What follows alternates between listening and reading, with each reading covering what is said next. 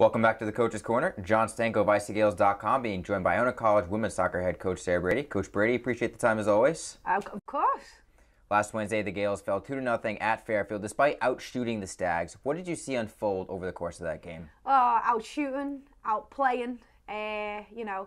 Our open play is really good. We've just got to put the finishing touches on now. And the good thing is though that the Gaels are in a good place mentally. I mean, if you look at the record, you might think the team psychology is a tough sell right now, but it's not. They know. We've gone through the film. They know it's just little details now.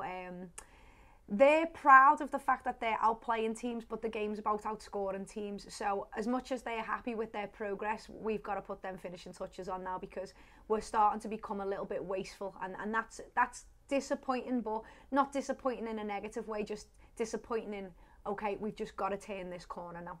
Yeah, Fairfield has been a perennial powerhouse in years past, despite struggling a little bit last year. So what confidence can you take from that game, despite the loss? What can you tell them in practice that you take from that game? I mean, I didn't have to tell them much. I think the biggest compliment that Fairfield paid us was, they went 1-0 up with an absolute worldie of a goal from Little Plowman. I mean, Sarah Plowman's shot was worthy of a match-winning goal. It was fantastic. The kids hit a worldie there. But the biggest compliment was they just sat behind the ball. They didn't even try and play against us.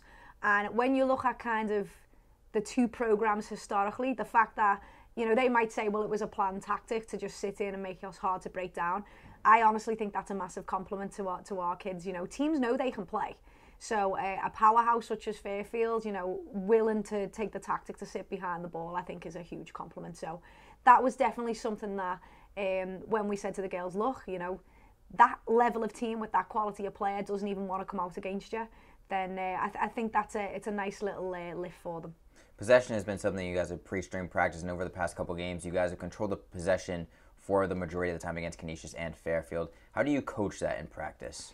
I think it's definitely, you've got to build it up. It doesn't just start in pre-season, it starts in the spring. I mean, what you'll see with coaches, we're a new staff, but we're into our second season now. Teams will get better gradually. You really have to respect the process, and it takes a long time.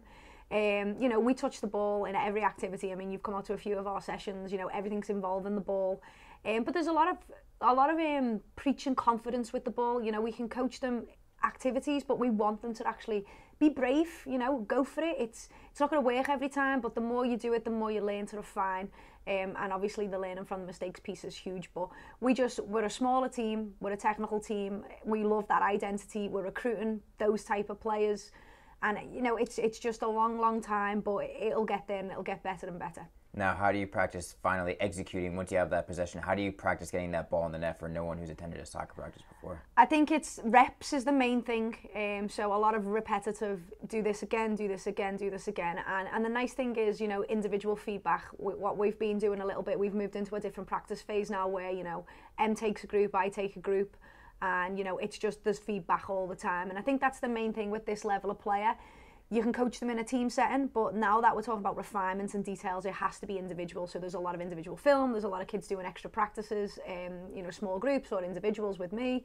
It goes a little bit further away from team everything to individual. This is what you need to do. This is how we're going to help you do it. So I like this stage of the season because you're really connecting with the players on an individual level. Does Emily Hansen usually take the defense because she played defense here at Iona? Yeah, and I love attacking, don't I? So I think the best thing about having Em on staff is she's a specialist and she's passionate about the defending. I mean, of course I can coach defending, but it's not my true passion.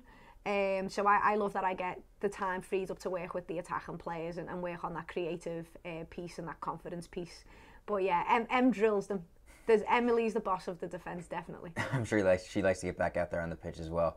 One thing over the first couple conference games is that Mariana Jaramillo has been the centerpiece of the opponent's game plan to make sure she limits her touches and limits her scoring chances. So how do you, without revealing too much, counterbalance that?